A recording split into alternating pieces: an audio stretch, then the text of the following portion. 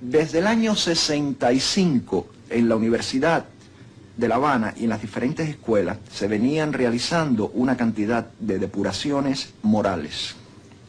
No eran depuraciones políticas. Ya las depuraciones políticas se suponía que habían dejado de existir, que todo el mundo era revolucionario, que todo el mundo estaba encantado con el gobierno revolucionario y no había ningún problema. Se citaba Asamblea General por medio de la Unión de Jóvenes Comunistas y todos los estudiantes tenían que ir. A esa Asamblea General, la Unión de Jóvenes Comunistas llevaba una lista de los candidatos a ser depurados. Algunos de estos candidatos sabían que iban a ser depurados y por lo tanto no iban. Otros no lo sabían y se daban cuenta allí. Las humillaciones durante las asambleas de depuración consistían en que se obligaba a todas las personas que estaban presentes a decir todos los insultos inimaginables a la persona que estaba siendo depurada. Y era algo de lo que las personas no se podían escapar, porque aclaraban muy bien que alguien que estuviera de acuerdo con la persona que estaba siendo depurada era a su vez depurada instantáneamente. Este tipo de persecución moral en Cuba no es realmente, como la gente piensa, una persecución de contenido. Es una persecución totalmente formal, es lo más fácil, es lo que mantiene a la gente totalmente entretenida. Es muy fácil perseguir a alguien por cómo se viste, por cómo se peina. Es lo más fácil que hay. Ahí no hace falta ninguna ideología, no hace falta ninguna elaboración mental. Hubo muchas personas que así abandonaron la universidad, se levantaron y se fueron. Pero otras personas no podían hacer eso por las razones que fueran, y entonces se quedaban ahí, tenían que levantarse y decían, ¿qué usted piensa de fulano de tal?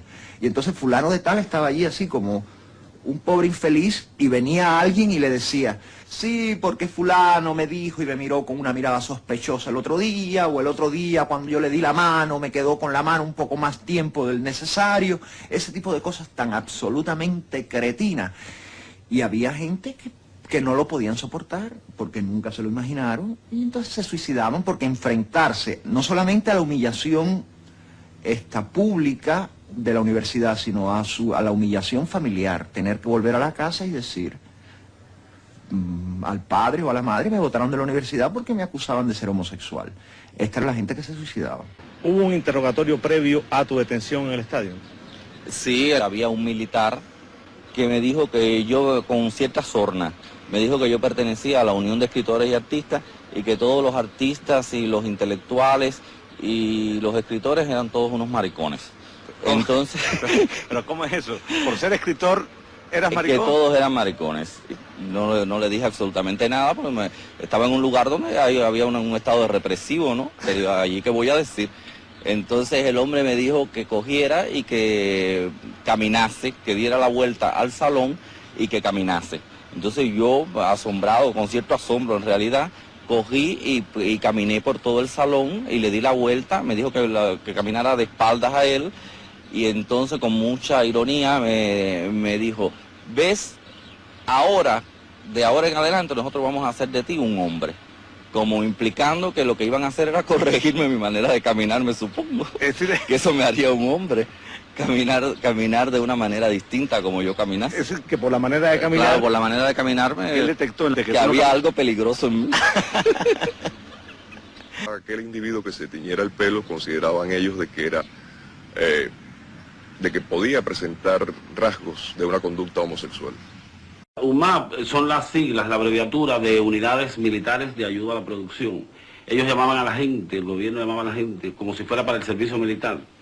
Pero entonces las personas que tenían fichas de la policía, que estaban fichadas en la policía, por ser no adeptos al gobierno o por ser distintas cosas, homosexuales o testigos de Jehová, cualquier religión que pertenecieran o algo, ellos la mandaban hacia esos campos y nadie sabía exactamente cómo eran esos campos. La gente creía que era un llamado de servicio militar, alguna gente decía que sí, que existían campos de concentración, pero nadie lo sabía en sí. Entonces nos citaron en La Habana, en un lugar que se llama el Jardín Botánico, un día al oscurecer, y salimos en unos ómnibus Leyland hacia la provincia de Camagüey. No sabíamos para dónde íbamos, ni nuestros familiares tampoco. El viaje de La Habana a Camagüey toma quizás 8 o 10 horas. Entonces no podíamos bajar del ómnibus, no podíamos llamar por teléfono a nuestros familiares, decirle a nadie dónde íbamos. O sea, íbamos en calidad de detenidos. Pues entonces entre las madres y entre los familiares se produjeron escenas de histeria. Y cuando los autobuses empezaron a salir del estadio, hubo gente que se tiraron, como esta señora que se tiró y se enganchó del autobús y hasta que el autobús la tiró. A mí me extrañó mucho estar en ese lugar porque yo no había sido fichado por nada, ni había tenido ningún problema, nunca había estado preso. Me extraña mucho. Pero después con el tiempo supe que en la casa de huéspedes que yo vivía en La Habana, en la calle de Estrella y Velascoín, había un individuo que hoy en día se encuentra en este país viviendo en Nueva York, que este individuo me había acusado para coger el cuarto que tenía en la casa de huéspedes porque un hermano de él era militar, del G2, tenía un gran cargo en el G2 en La Habana, y entonces me había mandado para allá para coger el cuarto. Los autobuses en el momento que nos montaron fueron precintados. O sea, prácticamente la parte de atrás fueron precintados, entonces no nos dejaron bajar a hacer ningún tipo de necesidad ni nada. Entonces la gente se cagaba, se orinaba, hacía todos sus tipos de necesidades en la parte de atrás de los autobuses. Entonces durante toda la noche habían unos olores horribles, a veces parábamos en los pueblos y la gente pedía por las ventanas, las ventanillas, hacía señas para que le dieran agua porque no nos daban nada. El trato era malo desde el momento en que llegamos, por ejemplo, al estadio de, creo que era Minas o Lugareño, no sé, porque llegamos como a las 4 de la madrugada. Ya en sí, el trato de que ya se le dio allí a la gente ya era un trato típico de un régimen fascista, ¿no? Habrían unas 12.000 o 15.000 personas allí en el estadio. Entonces estaba todo rodeado de reflectores porque no era todavía de madrugada. Bueno, eso es lo que le ha copiado Pinochet, porque Pinochet en realidad lo ha copiado de Cuba, porque eso sucedió en Cuba. Bueno, ellos decían que eso era un proyecto de rehabilitación a las personas que no simpatizaban con el régimen y que también ahí habían otras personas que estaban consideradas lacra social, que eran lumpen, que eran homosexuales, que eran prostitutas, que eran acá o eran allá. ¿Por qué el problema de eso? Los campamentos tenían cercas que en los primeros días en algunos campamentos estuvieron electrificadas. Luego hubo una protesta tan grande de la misma gente que veía aquello que le quitaban la electricidad. También le quitaban la electricidad, a veces de día y de noche la ponían. O sea que no era una cosa regular que tuvieran electricidad todo el tiempo. Pero además ellos se encargaban de decirte que las cercas tenían electricidad. O sea que tú no sabías en qué momento la tenían o se la quitaban. Decía Unidad Militar 2269. Y entonces tenía una pancarta enorme, un cartelón que decía: el trabajo os hará hombre, una frase de Lenin. Entonces fue que yo me acordé realmente de aquella frase que decía Salvatore Quasimodo, que estaba de entrada en el campo de concentración de Auschwitz, que ponían: el trabajo os hará libres. Ahí dormíamos y la comida era muy mala, ahí la comida era horrorosa. Pero nos decían que no había arroz porque el barco no venía de China. Nos levantábamos a las 6 de la mañana, teníamos que hacer ciertos ejercicios para ir al campo. La idea realmente era que nosotros produjésemos. Era que produjésemos como si fuéramos esclavos. Era mano de obra, trabajo.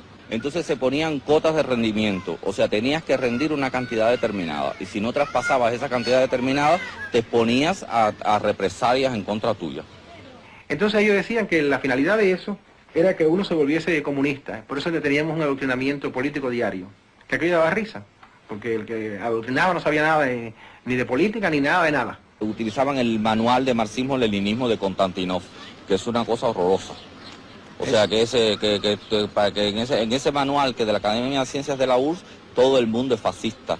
Desde Helio hasta Platón es fascista.